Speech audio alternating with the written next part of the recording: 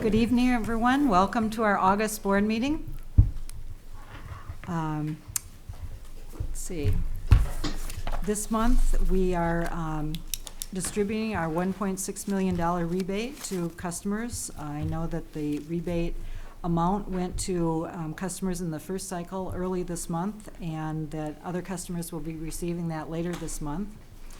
And I'd also like to mention a few other things. July 2019 is noted as being the hottest month ever recorded globally. And the impacts of climate change are now being felt in many different areas. There seems to be less discussion about whether if it is happening, it actually is, and people are noticing it.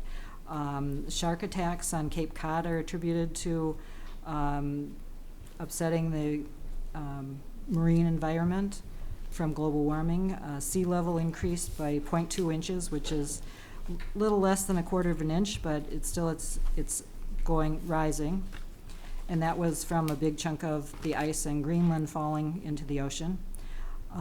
This month, I had the opportunity to attend the American Solar Energy Society conference in Minneapolis and learned that Minneapolis, after New Orleans, is the most impacted city in the United States by climate change, and that they're seeing increased temperatures. When I was growing up, to reach 85 degrees was unusual. Now 90 or 30 days a month, 90 and above is typical.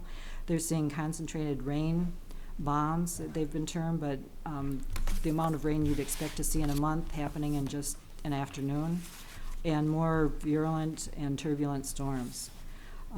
In the city of Minneapolis, the mayor opened the conference, talked about what they're doing to counteract that. They're doing 1 megawatt community solar installations that anyone in that county or adjoining counties can participate in.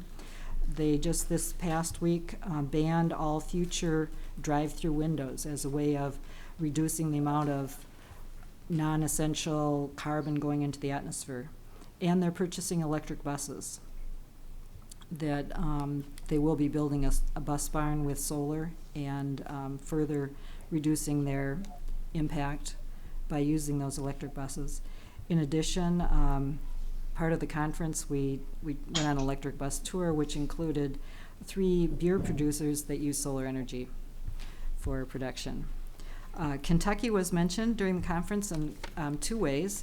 First, accolades for Benham for the solar installation there that's usually attributed to the Coal Museum, but it's not just the Coal Museum. It's the Coal Museum, the municipal building, the Schoolhouse Inn owned by the city, and their water and sewer systems all benefit from their solar installation.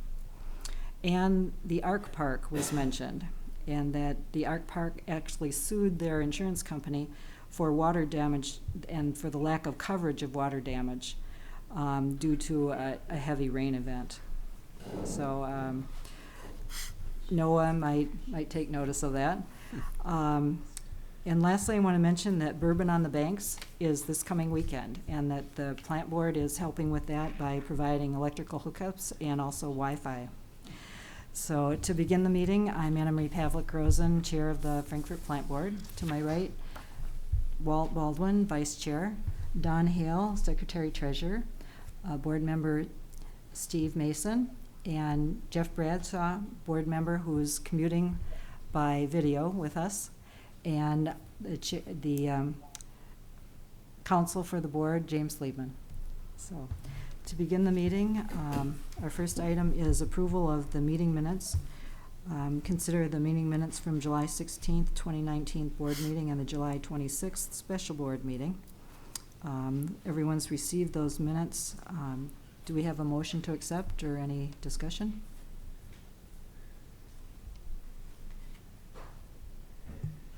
I'll make a motion to accept the minutes of both the June regular meeting and the July special meeting. Okay, thank you, Don. And a second? Second. Okay, a motion and a second. All in favor of approving the minutes? Aye. Aye. Motion passed.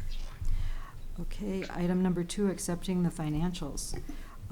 This is the financial report from both June of 2019 and July of 2019, and David Denton will review those. Yes, thank you, Ms. Rosen. Board, good evening.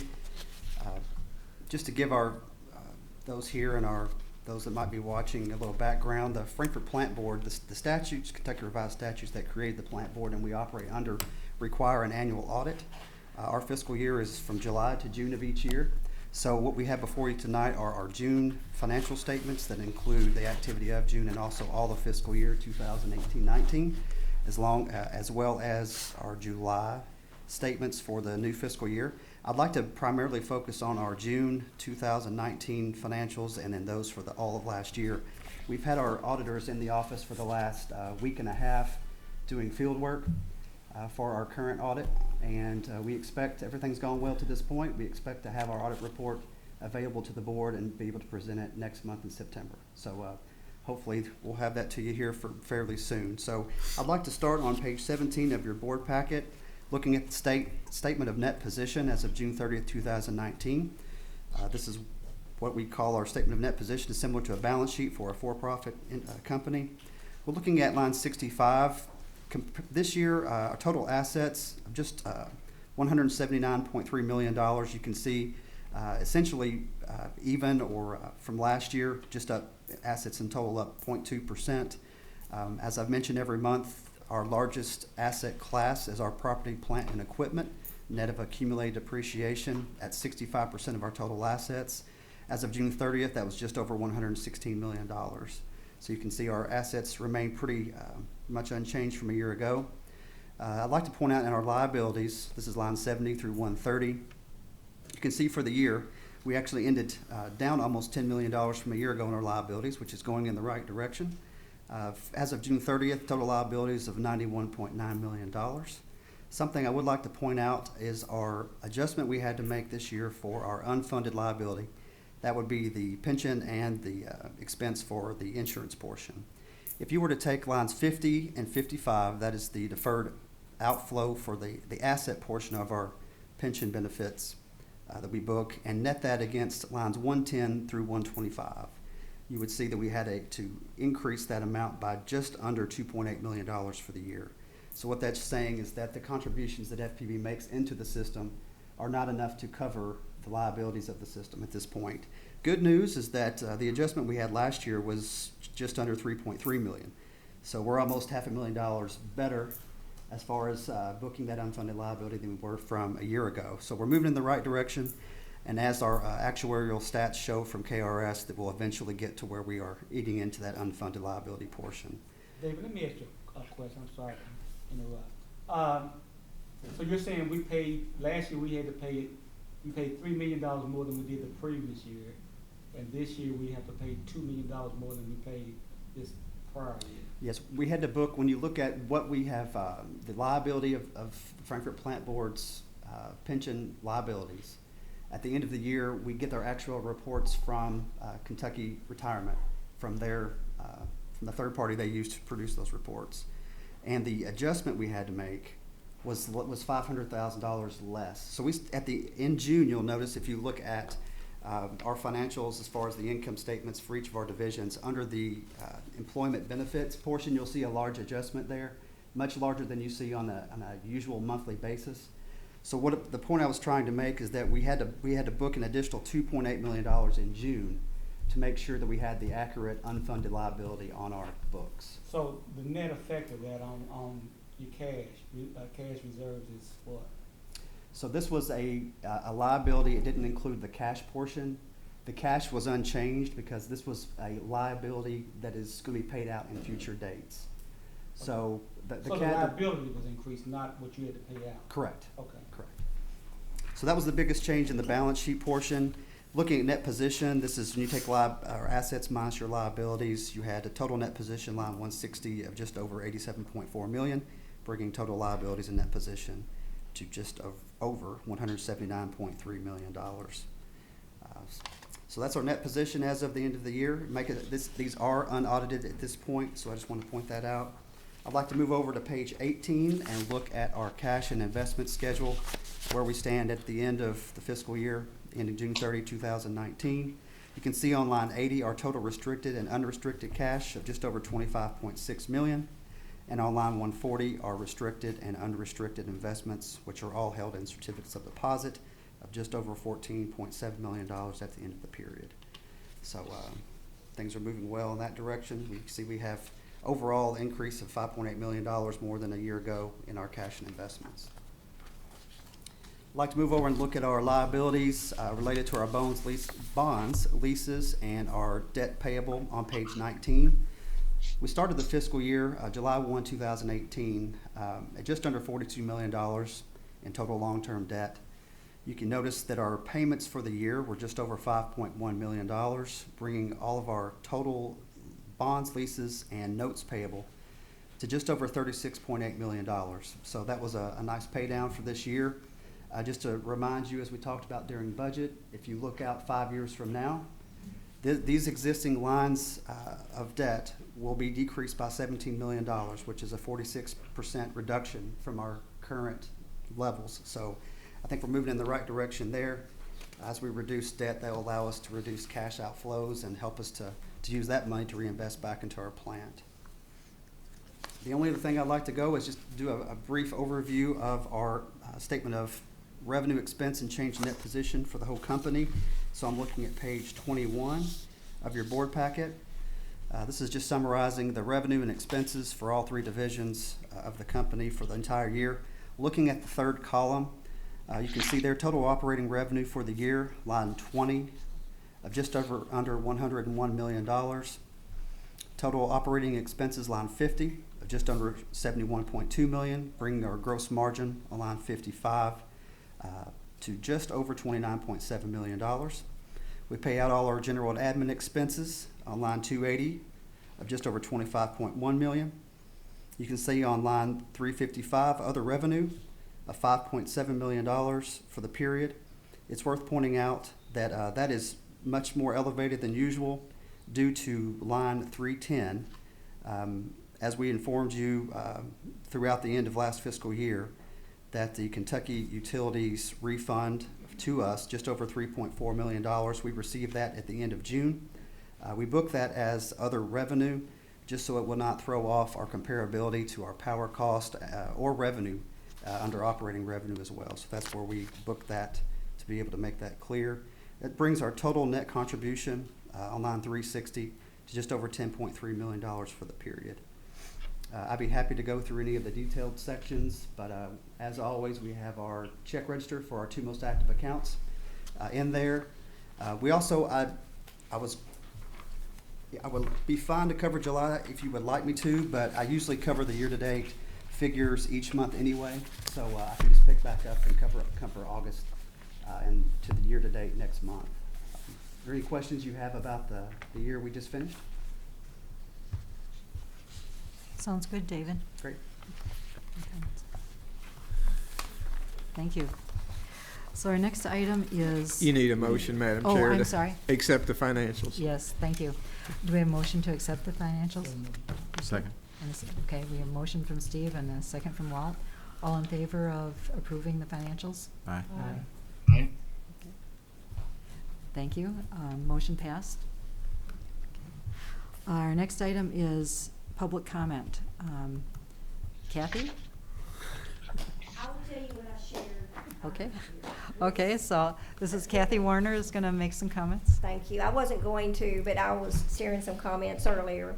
You know, I'm on Facebook a lot, and right now a lot of the big digital channels, the internet type things the rates are rising. And the benefits that they're taking away channels, mostly the Hallmark channels, the big channels that people like, so they're raising those rates on there and people are having to drop them. So I made a comment on Facebook about Frankfort Plant Board and how blessed and lucky that I thought that Frankfort was, that we had this option on cable to have our channels and have it to where we as the public can come and comment on the rate hikes. But I'm here to just tell you what I said. I'm grateful to have those channels, and I'm grateful that we have an option for those channels. And I really don't mind paying any type of rate increase for our cable system, because I frankly wouldn't want anybody else to regulate my rates other than you all and have the staff that you all do. And that's what I want to say. Thank you. Thank you, Kathy. And yes, the board operates like the Public Service Commission would. And so we are concerned about that. We're part of the community too, of course. Okay. Thank you for your comment. Okay. So go ahead on website customer comments.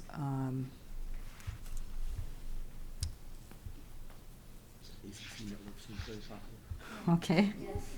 So we had comments on the ACC network, which, and, Staff responded to all of those as well. okay, good. Okay, and that's something we'll be talking about a little bit later in the program, or well, in the meeting as well. So, fairly quiet there. So we'll go into informational departmental reports and start out with cable appropriately.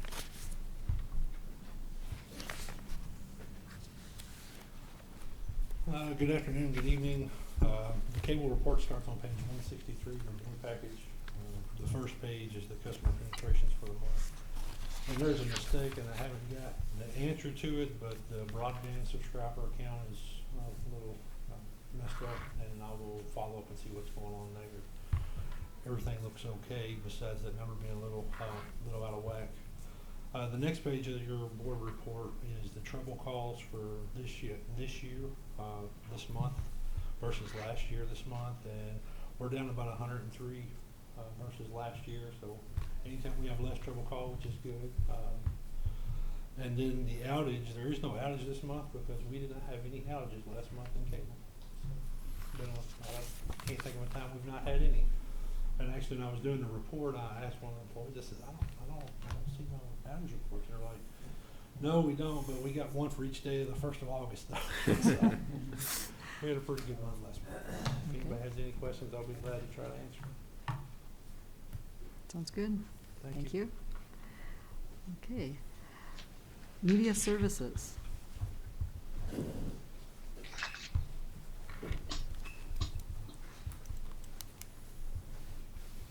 Nothing to report for us other than we've got our first game of the week, high school game of the week, next Friday. So, and this will be our first full season of live production, every game of the season. So that's we're getting all geared up for that, and it's excited to provide that for everybody. Okay. So we use some local people that cover those for us? Or Yes, yep. It's all local people, all our part-time videographers and full-time staff. Okay. Okay, well, the season's here. That's right. Thank you. Okay, customer service. I understand David's going to cover that. Yes, I'm going to cover that for us tonight. So I'm looking at page 165. We're covering, these are statistics for July 2019. We've really got a great staff of customer service representatives, cashiers, receptionists that help out our customers each month. Looking at July, we had 311 new accounts started. We answered over 4,700 phone calls. You can see there in the middle of the page, average wait time for our Tier 1 service was 1.5 minutes. Tier 3 average wait was 1 minute. So we're trying to move those closer to that minute mark. Customer service walk-ins over 1,400, and cashiers transactions of almost 5,000. So that's over 11,100 customer contacts made with a staff of about 12 folks. So they do a really good job coming in every day with a smile and helping our community. So I appreciate them and be glad to answer any questions you have. Sounds good.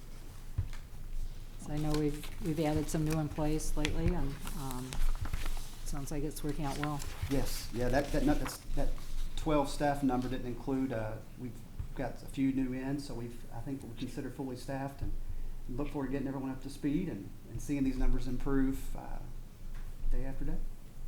Sounds good.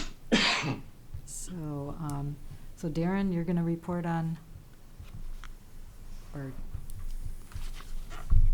oh, I noticed you're up there, but you're not on the schedule yet. Oh, I'm sorry. Okay. Oh, well, I'll go ahead with the electrical department, electric report. Right. Thank you. Thank you, Kelly. Good evening. The electric report starts on page 167 of your board report. As you see, our SAIDI number for the month of July is 67.61. On the next page, page 168, the majority of our outages in the month of July came from birds and trees. So trees are always an issue for us. go on to the last page, page 170. Disregard that first outage there on Johnson Road. That was a clerical error, and so our biggest outage for the month of July was actually the second one down, which involved 25 people. And so that's, I'll be happy to answer any questions y'all may have.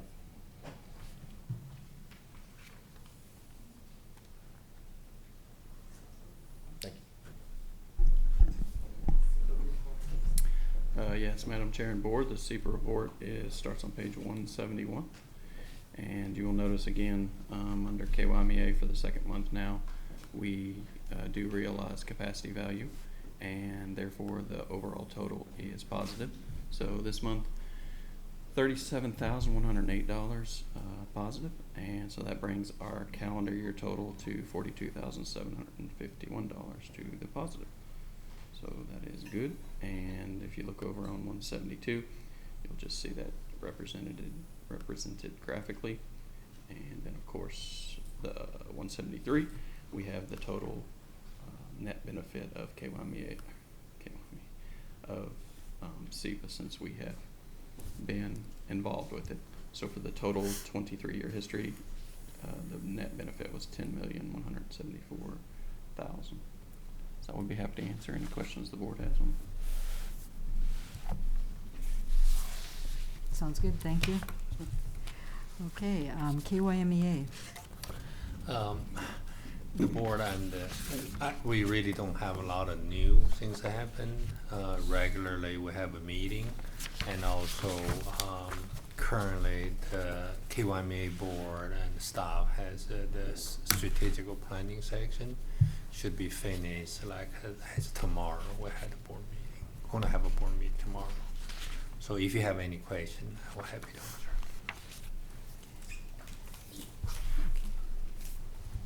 Thank you. And safety. We had one OSHA recordable in July that involved heat stress with a support services employee who was treated at the emergency room, but they went home that day and came back to work with no restrictions. And then we also had one vehicle accident where a cable tin van was rear-ended. It was not our driver's fault. No one was injured, and there was no damage to the vehicle. Sounds like a pretty quiet month. Okay. Water distribution.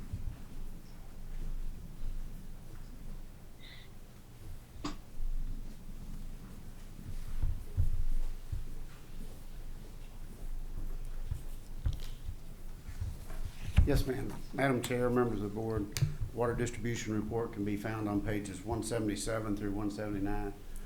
We had 2 main breaks and 2 outages for the month of July. Just an update on East Main. They've progressed past Montrose Park and are between Montrose Park and Cary Avenue. For those of you that know where Cary Avenue is, it's about halfway, I guess, a third to halfway between where we'll be tying in there at the upper section back Kentucky State. So that's progressing well.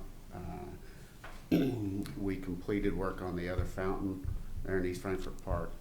Ms. Rosen has some photos. The stickers have been applied, Parks and Rec stickers, plant board stickers, and Frankfurt on tap stickers. So they're looking good. So we've already met with the one with Mr. Pickens about Fort Hill. So that fountain's going to be ordered. It may have gotten ordered today, but we're hoping maybe before the end of summer get that one in. And then So that would be up at the top of Fort Hill near... It would be in the area between the parking lot and where the pavilion, it's Skippy Graham Pavilion. It's kind of at the end of the parking area. It's near the historic house? Yes, it's actually on the far side of the house. Okay. So that's apparently where everybody kind of gathers for tours and that kind of stuff. So we're going to put it there by the pavilion, and so as soon as we get that water fountain in, we'll get that one going. So Sounds good. be happy to answer any questions. Okay, well, I'll just briefly show these pictures. So this was Eastside Park. I don't know if you can see this, Jeff. Oh, okay. Well, we'll get pictures to you. This is, actually, this is with stickers at the farmer's market. And that's what this one is also. And this is the dog park at Eastside Park, which they did as well as, when they were there working on the other project. So, I'll pass those down. You can take a closer look at them. So that's good progress on that. Thank you. What's the status of the Dolly Green? When I talked to Sean,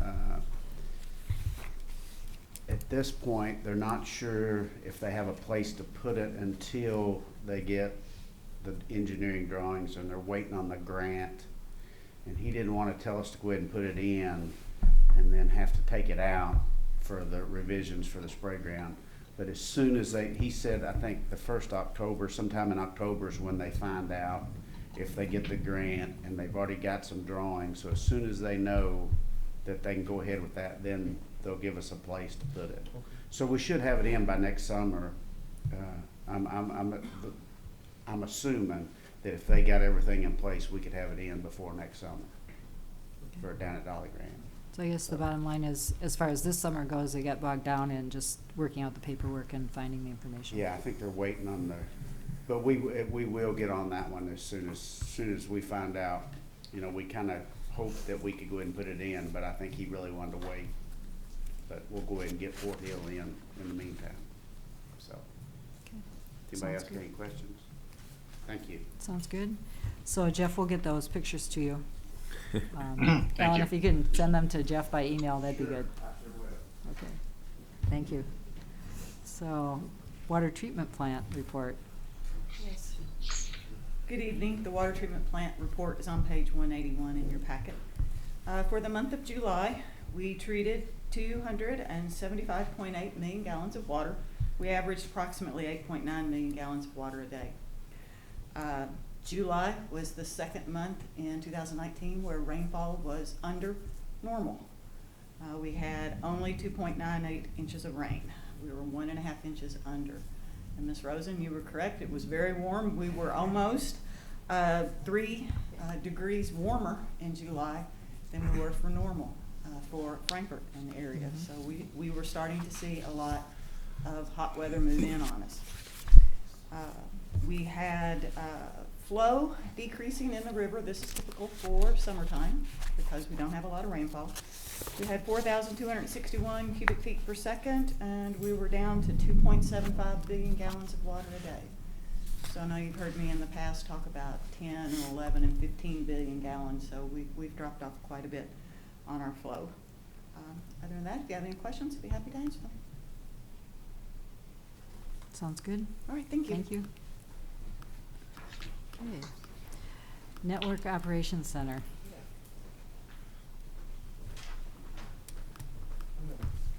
Okay. Thank you, sir. Sure. Yep. Well, I'm sure that you're getting new look at things each month, so.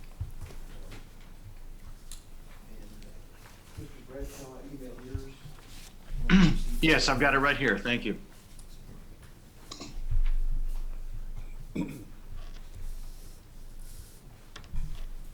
Okay, nothing major to report from the Network Operations Center, other than I provided the typical summary that just shows our activity. So in the last 30 days, it looks like we took just over 2,500 phone calls. Our locators in July did 647 locates, and so far this month, they've done 356. That was up until, well, really through Sunday night. So this time of year, they just get busier and busier and busier. At the top, you'll just see the chart, the graph that shows the calls that we entered, the outages we entered, and what product they were for, and kind of what caused the outage. If you have any questions, I'll be happy to answer them for you.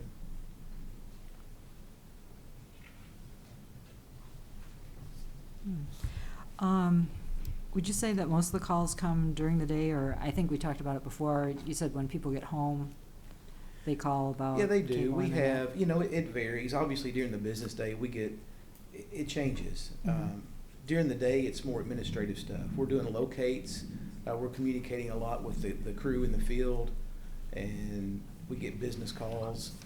Early in the morning, obviously residents call maybe before they go to work, and the same thing, I believe when they come home from work and find an issue, or maybe have a few minutes to report a problem.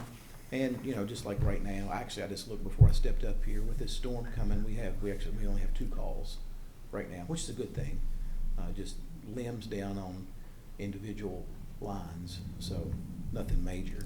But that's kind of how it goes. In the evening when people are home, we get a lot of some cable calls and tech support things. You know, we have people maybe reprogram their remote control or get their TV to the correct source, just minor troubleshooting, things like that. Okay. The, let's see, I'm not sure quite how to term it, the other category.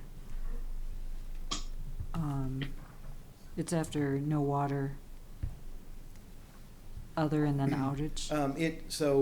The first 1, 2, 3 are electric, and then no water, and then it means other water issue or a water outage. Okay, so it's related to water. Yeah, it is. Oh, okay, I didn't figure that out.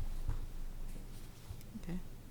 And I'll be sure they get labeled better, but it's kind of a catch-all. You know, we have things that don't really fit any of those categories. Mm-hmm.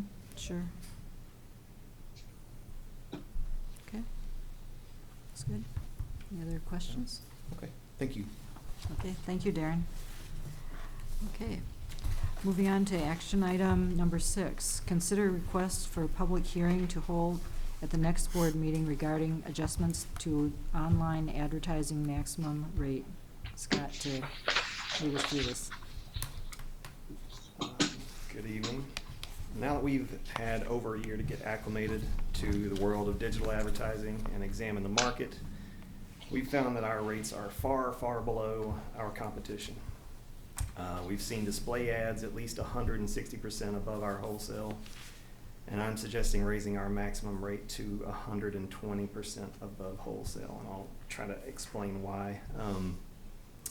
Currently, for every $1 a customer spends running commercials on cable TV, the plant board keeps 57 cents of that. And for every $1 of digital advertising, FPB keeps 19 cents. We use that advertising revenue to fund Cable 10 and all the programming it produces. So if client spending continues to shift from cable to digital, that presents a problem for our department, and we'd like the chance to close that gap. So seeing that we're so far below our competition and we've got a lot of room there, we're asking the board to approve a public hearing to discuss raising that digital advertising maximum rate, and that would be on September 17th. If you all have any questions.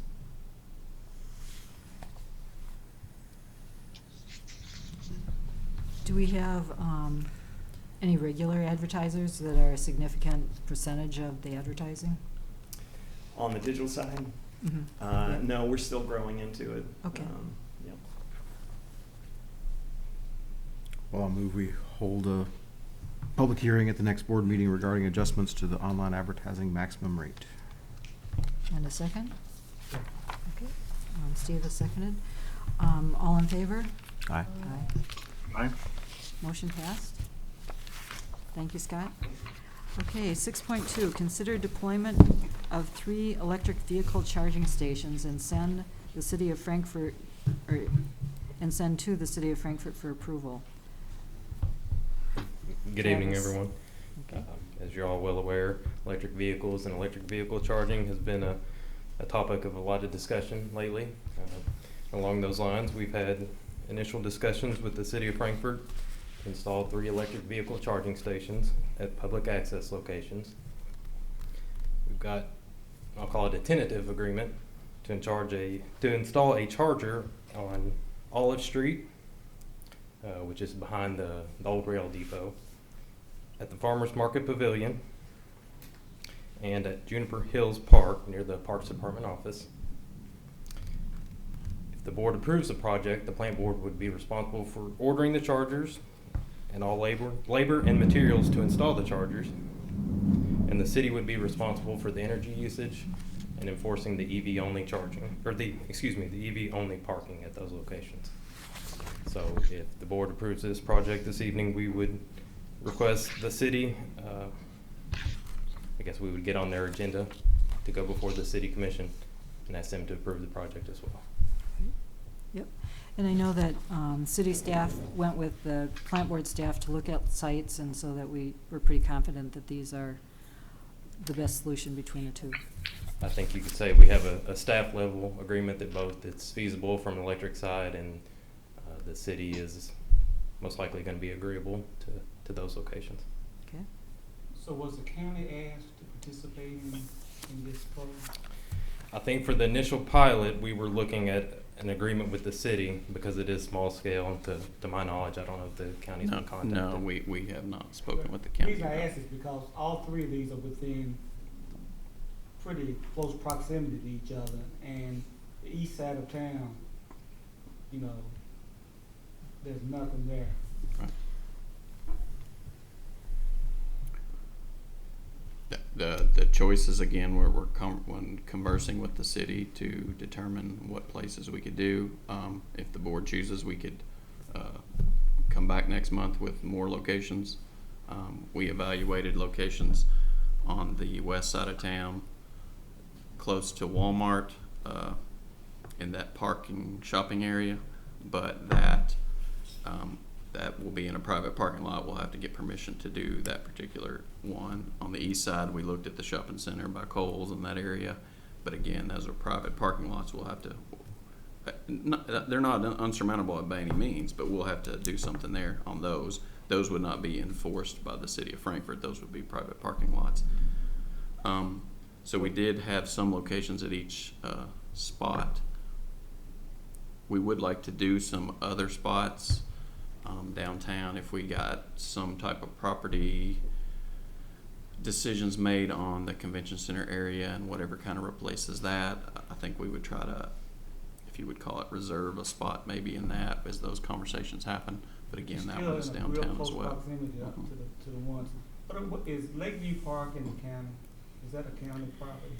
It is a county property, but the plant board only serves a piece of Lakeview Park. So it would be, in fact, I don't believe there's any parking areas that we serve. I think we serve the back of the ball fields in some areas. I don't think we'd be able to do Lakeview as far as the parking area, but I'll have to. Well, I don't have a problem with these, but I do think we need to talk to the county because right now the three locations that are being proposed, you know, 50% of the population is not accessible. I mean, it is because Frankfurt's small, but relatively it's not accessible to 50% of the people. There's three within a mile of each other. Well, I think the logic of choosing these locations was at least partially that they are locations where there are community events, so people from the county come to downtown to. But is that when you would use it? I mean, you know better than I when you use it. Well, but I'm just saying, would it be? And less for local folks and more for draw tourism, right? Bring people in. And I think the other thing that you could probably comment better on than I, there already are some charges out on the east and west side by there are, by yep. the interstate. I think. There's the Home 2 Suites, the hotel, I'm not thinking of the name, and then 2 car dealerships. So and they're open to anyone charging there.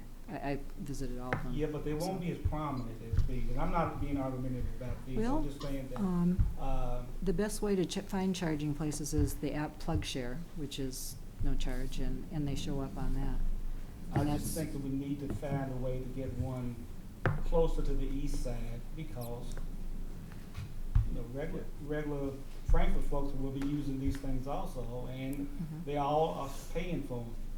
Yeah, there are 4 places right now on the east side along for sales. Well, privately owned. I talked. Yeah, I talked to all the locations. Publicly owned. I mean, not being subsidized by the plant board. True. And then subsidized by the city. So but I'm talking about one on the east side within the city limits, perhaps that's closer to the east side people. You know, at least one out of those 3 could at least be on the east side of town. Well, and also there's only one public one, Chick-fil-A, on the west side, and that's the only thing on the west side. And I frankly, I agree. I think I'm looking forward to expanding the program as we move forward. More is better. I mean, staff can do whatever the board would like. Obviously, if this is, the board would like additional options or something, we can, back up and bring you more options next month or whatever you would like to do. Again, these were what we were able to. We have to start somewhere, and this is where we were able to get some agreements with the city. But I don't want that to mean the city's not okay with other places, because So the county hasn't been approached. But the county has not been approached, no. So I really think we need to approach the county because Well, the county county. folks pay Okay. utilities at the planning board like Well, city folks. the county courthouse and where the county office, has their meetings is downtown. So technically the county benefits. No, the county, that's a geographic spot where the constituents of the county live and the constituents of the city are out beyond those three places that are within a mile of each other. In fact, the two downtown are within a half a mile of each other, Well, or 2 blocks from each other. and from a charging standpoint, that's good because if somebody comes and they want to charge someplace and that charger is taken, then they have another one nearby. So you could hedge your bets. I agree with your logic, but if we're doing a pilot, it'd be nice to see what the total Frankfort population would do with access to a charging station versus 3 within a mile and 2 within a half mile of each other that only certain folks will have access to it. We'll see. So, Well, but anyway, Okay, they are in locations where we have community events, and that was part of the idea too, that to promote city events. And stepping back from that even a little bit is that this will encourage selling more electricity. It's a growth area for the plant board in terms of electric sales. So having it available is significant. Well, I would move that we deploy the 3 electric vehicle charging stations and send to the city for Frankfort for approval. Do we have a second? Second. Okay, a second from Jeff. Thank you. Any further discussion? We'll go ahead and vote. All in favor of the EV charging stations as suggested by staff? Aye. Aye. Aye. Anyone opposed? Okay, motion passed. Thank you. So great. I guess the next step will be to ask the city to put that on their agenda for the next meeting, and then we can go ahead and order the equipment. Okay, 6.3, consider approving MLB network and strike zone renewals. Thank you, Madam Chair, members of the board. Cable Advisory Committee and staff recommend the board approve the renewals for MLB network and strike zone channels. These are direct agreements with the term through September 30th of 2024. We've carried MLB network on classic cable since 2012. The network carries exclusive live Major League Baseball regular season and playoff games. This agreement also covers TV everywhere and video on demand rights. Strike Zone's a part-time channel on the optional Sports Plus tier. It's owned by MLB network. It offers whip-around coverage of live baseball games during the regular season. There are no large rate increases or resets with this agreement. The increases essentially continue what our existing agreement established as an average annual increase of about 6%. The increases are less than what we had budgeted. There's no rate increase on Classic Cable or Sports Plus required at this time. The Assistant GM for Administration has reviewed the agreement and it meets with his approval. I'd be happy to answer any questions you may have on this. That's good. Any comments? No? Okay, thank you. Well, I move that we approve the MLB network and strike zone renewals. Second. Okay, motion second. All in favor? Aye. Aye. Okay, thank you, Jeff. Okay, on to 6.4, consider approving ACC network amendment. Harvey Couch to discuss and conveniently up there.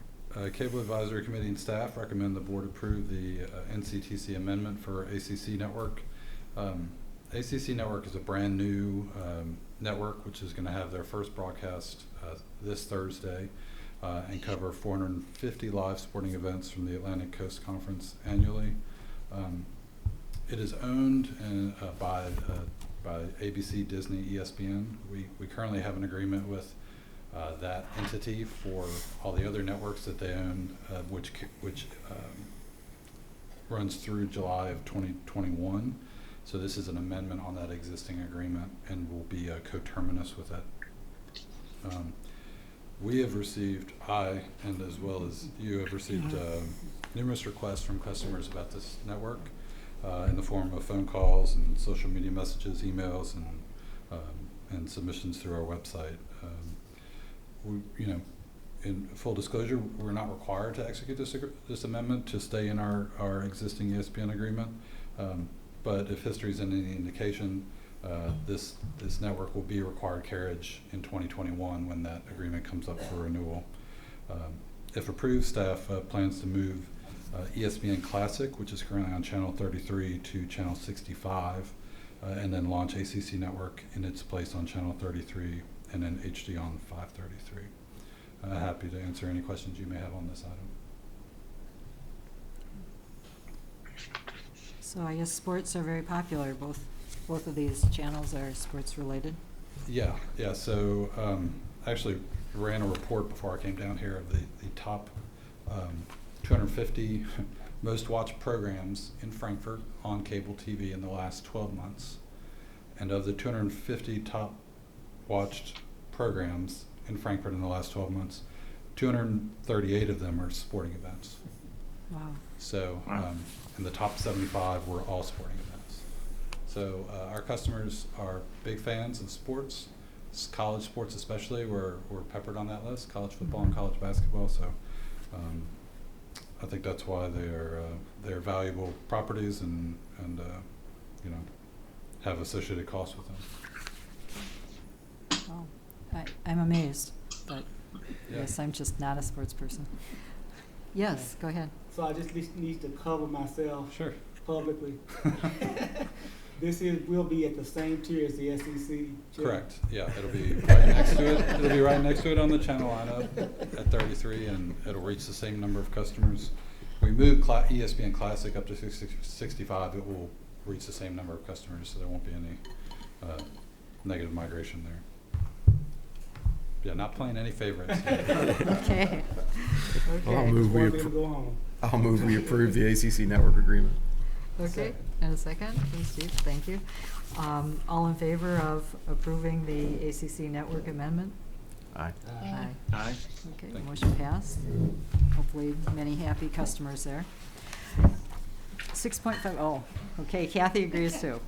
6.5, consider approval of a contract for the repair of one PEERLESS 26HXB 4-stage vertical turbine raw water pump for the water treatment plant for a total of $736. Julie to describe. Yes. The water treatment plant pump station consists of 3 PEERLESS vertical turbine pumps. These pumps pull water from the Kentucky River and move it up into the treatment plant. These pumps have a scheduled rotation for rehabilitation every 7 years, just to make sure that the pumps are going to do their job. So raw water pump number 2 was removed from service in May of this year for that scheduled maintenance. It was transported to the manufacturer's repair facility in Cleveland, Ohio. FPB authorized the disassembly of the pump for inspection, non-destructive testing of the components, and the development of a scope of work summarizing the findings, recommendations, and the costs. And those have all been put together, Ms. Rosen, for your approval and your signature. Okay. The water treatment plant has budgeted $157,000 for fiscal year 2020 for pump maintenance. The repair work will be done through S&K Equipment, who is FPB's authorized PEERLESS pump representative. Happy to answer any questions. Sounds like maintenance plan continuing. That's good.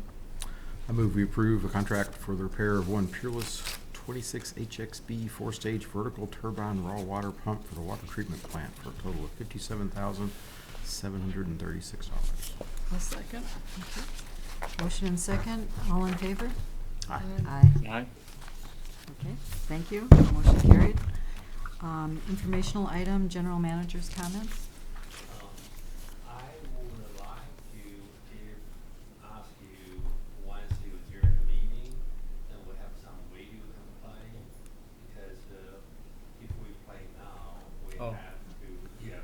We'd eliminate Jeff. Okay. Okay, right, so, okay. So we do have some videos I want you to see, that we can play at the end, and then just want to give an update about the rebate stuff. Colin was in the paper Saturday, and we posted it on social media. We've had a lot of questions, that we tried to answer as they came, but then we also provided a Q&A to all of our customer service reps, down at the knock, and our cable installers who are in people's homes and might get questions about the rebate. But, you know, just in general, they're, you know, how was it decided, who got what, why was my bill higher when I got a rebate, and, you know, explaining that it was a hot month. Yes. The hottest month. Right, globally. And, so, yeah, there was a lot of, traffic on social media this weekend, but we have addressed it, and, that has given us an idea of the questions that are gonna come. Something, we're promoting the rebate all month, because some people don't even know yet what their rebate's gonna be. Just wanna let you know that. Okay, sounds good. Okay, so we'll continue with that.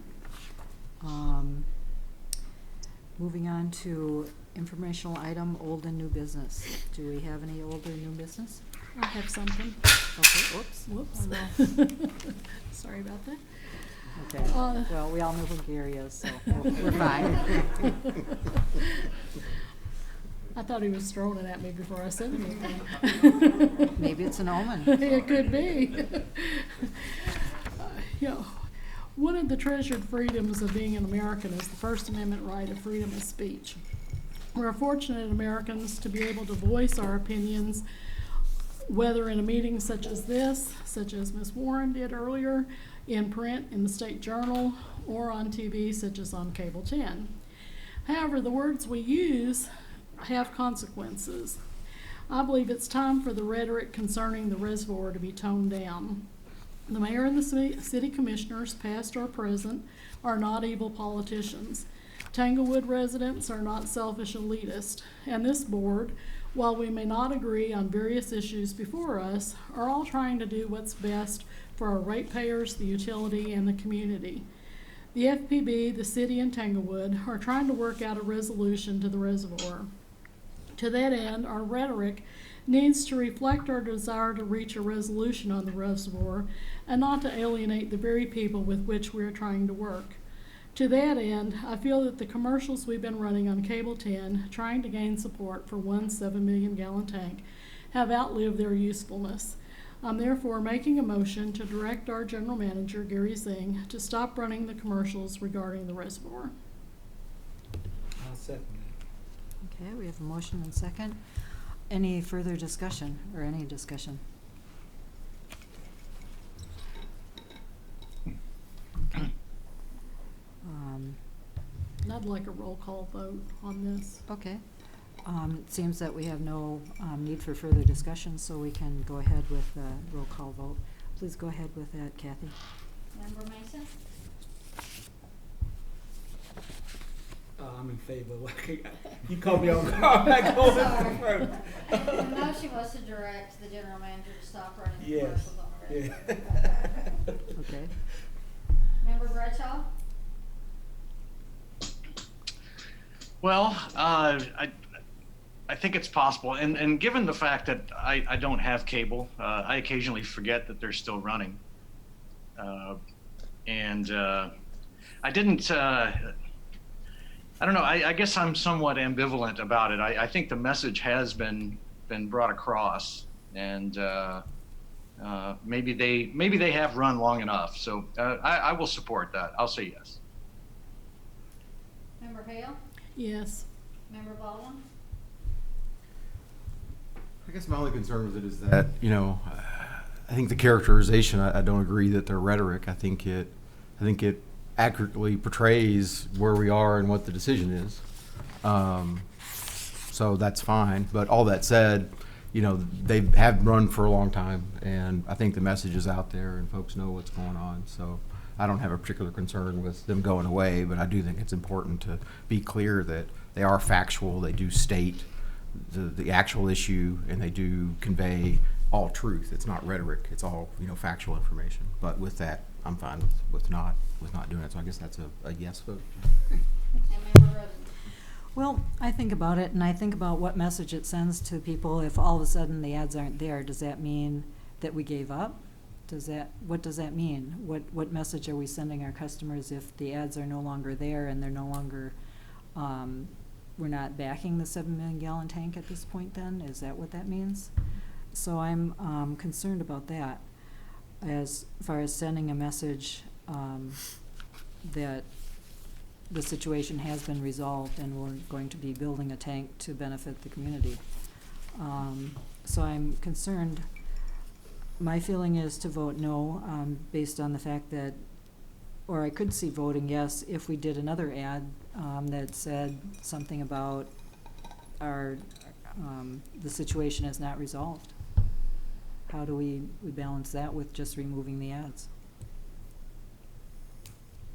So, short of that, my vote is no. Got 4 yeses and 1 no.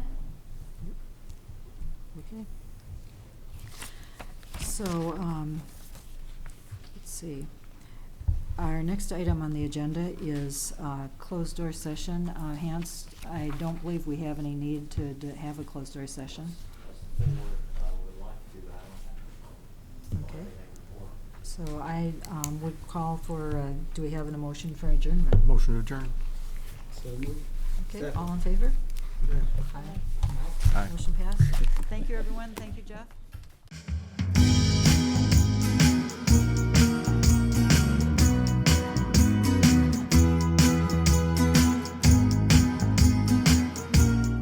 This program has been brought to you by Cable 10 Community Television as part of the Frankfort Plant Board.